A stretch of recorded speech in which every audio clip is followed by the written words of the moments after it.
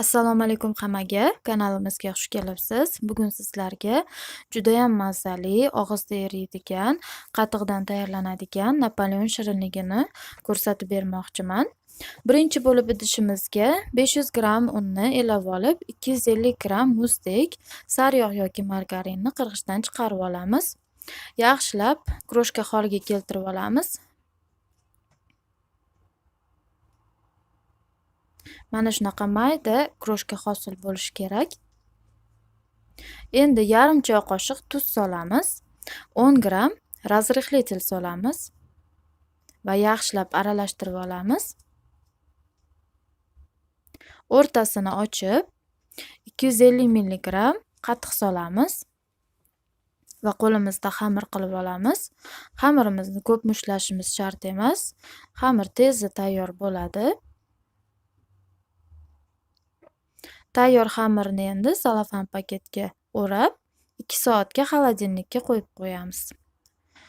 Endi nachinkasini tayyorlaymiz. 120 gramm unni elakdan o'tkazib, 150 gramm sariyog'ni qirg'ichdan chiqarib olamiz.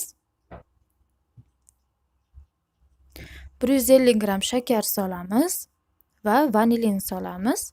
Bularni ham hammasini kroshka holiga keltirib olamiz. Yaxshilab g'ijimlab. Judayam mayda kroshka hosil bo'lmaydi. Mana shunaqa kroshka hosil qilib olamiz.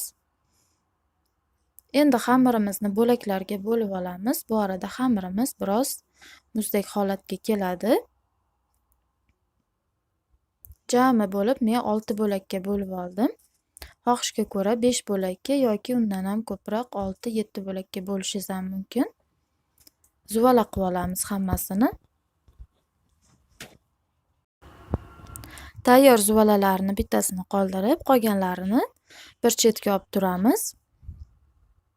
Hamma xamirlarimizni ozginadan unlab yoyib olamiz.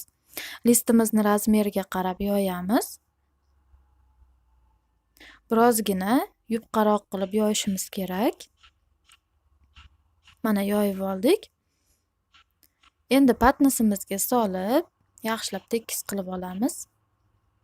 Va kroshkani bir qismini solib, tekislab chiqamiz. Qolgan xamirlarni ham xuddi shunaqa qilib yoyib olamiz. Birinchi xamirimiz bilan teng qilib yoyib olamiz.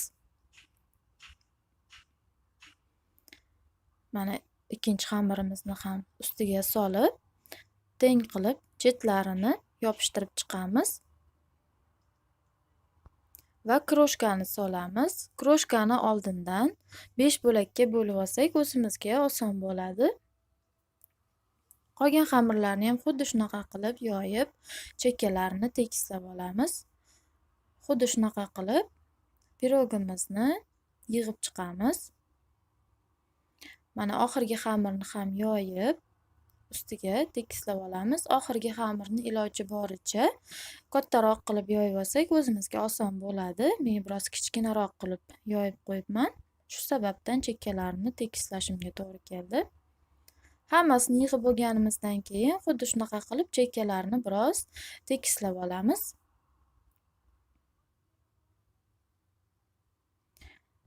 Endi tayyor pirogimizni bo'laklarga bo'lib olamiz. Men 4 burchak shaklida bo'lib oldim. Xohlagan 3 burchak shaklida bo'lib olsangiz ham bo'ladi. Bu o'zingizning xohishingizga ko'ra. Faqat juda ham ehtiyotkorlik bilan bo'laklarga bo'lib olamiz. Va tayyor bo'laklarni listimizga terib chiqamiz. Ustiga tuxum sarig'i surib chiqdim. Tuxum sarig'i surish xohishga ko'ra shart emas, shunchaki ustilari chiroyli qizarib chiqishi uchun surtganman. Mana tayyor bo'ldi. Endi oldindan qizib turgan duxovkada 180 gradusda 40-45 minut davomida pishirib olamiz. Mana pishib chiqdi. Napoleon shirinligi juda ham mazali, juda ham chiroyli ko'rinishga ega bo'ladi. Ko'rib turganingizdek. Mana qavatlari ham bilinib turibdi, qanchalik qat-qat bo'lib chiqqani. Og'izda eriydigan juda ham mazali shirinlik bo'ladi. Biroz soviganidan keyin ustiga shakar upasi sepib dasturxonga tortishimiz mumkin.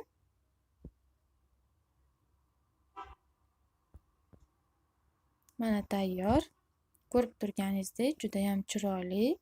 Dasturxonda ham juda ham chiroyli bo'lib turadi. Faqatgina bu kremsiz Napoleon bo'ladi. Og'izda eriydigan.